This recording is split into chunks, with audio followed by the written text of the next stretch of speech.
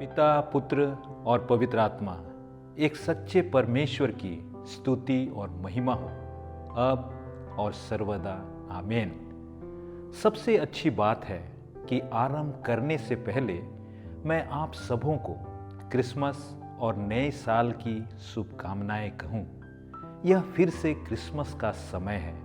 हर साल दिसंबर का महीना आता है और पूरी दुनिया क्रिसमस मनाने के बारे में सोचती है, योजना बनाती है। लेकिन इन कुछ दिनों में मैं सोच रहा था कि वास्तव में क्रिसमस है क्या?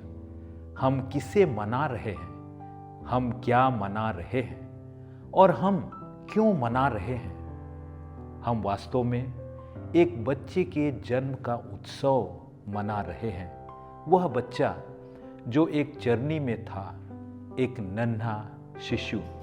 ऐसा क्या है जो पूरी दुनिया इस बच्चे के बारे में बात करती है और उसका उत्सव मनाती है? यही सबका केंद्र बिंदु है। हम कह सकते हैं कि वह बच्चा यीशु, इम्मानुएल, परमेश्वर हमारे साथ है, उद्धारकर्ता, एक अद्भुत बच्चा। और फिर हम चरनी की बात करते हैं, यूसुफ की, माता मरियम की। हम ज्योतिषियों की बात करते हैं। हम आकाश में तारे की बात करते हैं, स्वर्गदूतों के गाने की बात करते हैं। ऐसी कई बातें हैं, लेकिन चरनी में लेटे हुए बच्चे के बारे में सोचें, जो सिर्फ एक साधारण बच्चा था। तो आप क्या सोचते हैं कि उस घटना का क्या संदेश होना चाहिए जो 2000 साल पहले हुई थी? परमेश्वर मानव रूप में उतर आए, एक बच्चे के रूप में देह धारण किए, एक उद्धारकर्ता, एक मुक्तिदाता। लेकिन मेरा मानना है कि परमेश्वर चाहता है कि जब हम उत्सव मनाएं तो उस बच्चे को देखें, उस बच्चे के गुणों पर विचार करें, उस बच्चे के स्वभाव पर ध्यान दें। वे गुण कौन कौन से हैं?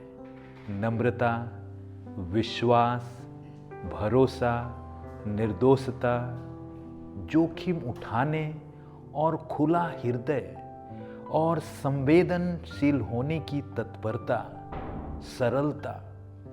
और यह कोई आश्चर्य की बात नहीं है कि हमारे प्रभु यीशु ने स्वयं अपने जीवन के दौरान शिक्षा देते हुए, प्रचार करते हुए और चंगाई करते हुए कहा, लौट आओ और इन बालकों के समान बनो, ताकि तुम स्वर्ग में प्रवेश कर सको।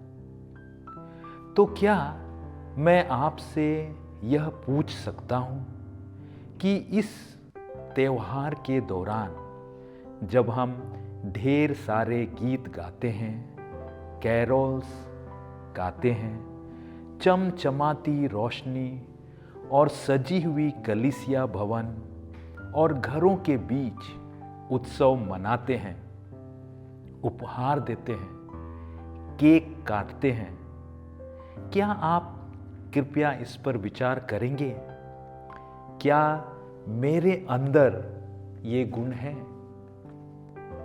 अब हमारे संसार और समाज को देखिए। हमें टूटे हुए घर, बिखरे हुए परिवार मिलते हैं। ऐसा क्यों है? क्योंकि वहाँ प्रेम नहीं है, दया नहीं है, सहानुभूति नहीं है, क्षमा नहीं है। लोग एक ही छत के नीचे सो रहे हैं, लेकिन वे कड़वाहट, गुस्से से भरे हुए हैं। उनमें कोई मेल जोल, कोई एकता नहीं है। क्या यह वे गुण नहीं हैं जिनकी हमें वास्तव में लालसा है?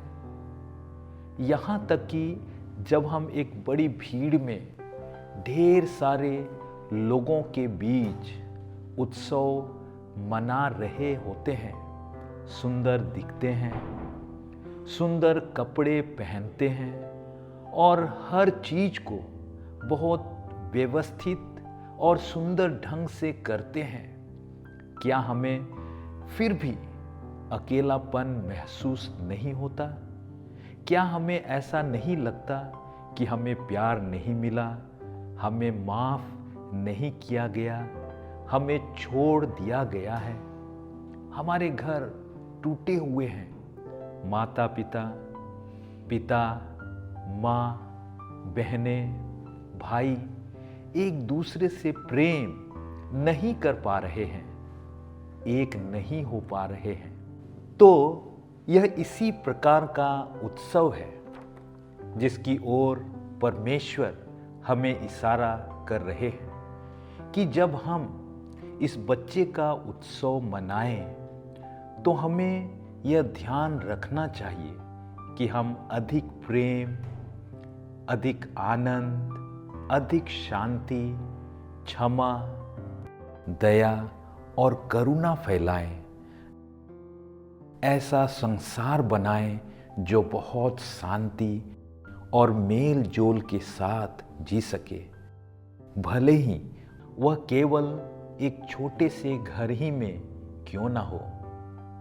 उस छोटे से नगर के बारे में सोचिए जहां यीशु का जन्म हुआ था। पवित्र बाइबल में कहा गया है कि यीशु का जन्म नासरत में हुआ था। क्या आपका घर एक नासरत बन सकता है?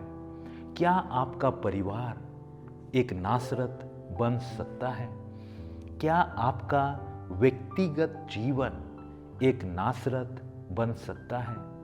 क्या आप अपने चर्च, अपनी कलीसिया को एक नासरत बना सकते हैं जहां यीशु वह बालक जन्म ले और आप सबको यह शुभ समाचार सुनाएं और प्रचार करें? और फिर माता मरियम के बारे में सोचिए। मैंने एक लड़के की कहानी पढ़ी थी जो एक सड़क पर रहने वाला बच्चा था, लेकिन उसे कोलकाता में महान संत मदर टेरेसा के चैरिटी की बहनों के बच्चों के घर में ले जाया गया। उन्होंने उसे अच्छे से नहलाया, साफ कपड़े दिए, अच्छा खाना दिया, सोने की जगह दी और सब कुछ, लेकिन वो भाग गया।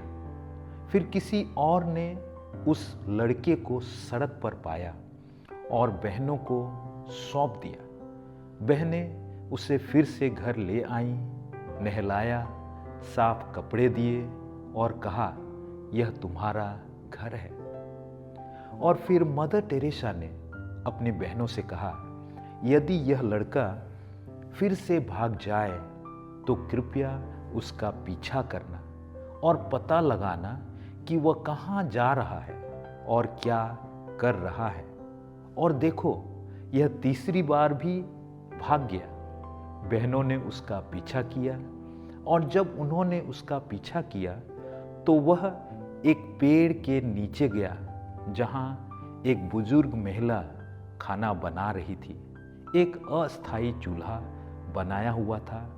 आप जानते होंगे कि 3 पत्थर पर एक हांडी और उसमें चावल और पानी डालकर खाना बनाना। वह लड़का वहां बैठ गया और माँ के साथ खाने का इंतजार करने लगा। फिर बहनों ने उससे कहा, चलो घर चलो। लेकिन उस लड़के ने कहा, उसने क्या कहा, यह मेरा घर है, मेरी माँ यहाँ है और मेरा खाना यहाँ है। तो आप माता मरियम के बारे में सोचिए। उन्होंने इस बच्चे को जन्म दिया, उपहास, तिरस्कार, और इस बच्चे को पालने के लिए उन्होंने अनेकों प्रकार के बलिदान सहे। तो क्या इस त्योहार के समय में हम भी एक ऐसी माँ बन सकते हैं, भोजन देने वाले, आश्रय देने वाले, और ऐसा स्थान प्रदान करने वाले जहां लोग महसूस करें यह मेरा अपना है। जैसे उस लड़के ने कहा था, यह मेरा घर है क्योंकि मेरी माँ यहाँ है और मेरा खाना यहाँ है।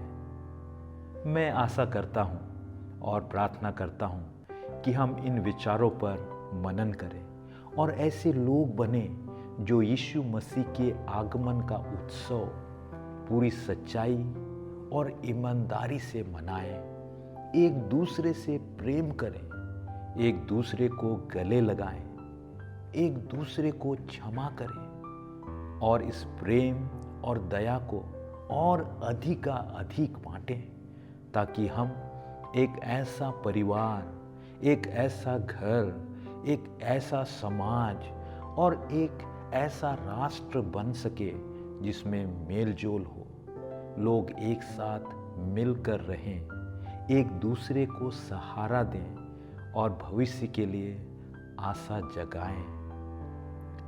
मैं आप सबके लिए प्रार्थना करता हूं और आपको क्रिसमस तथा नए साल की शुभकामनाएं देता हूं।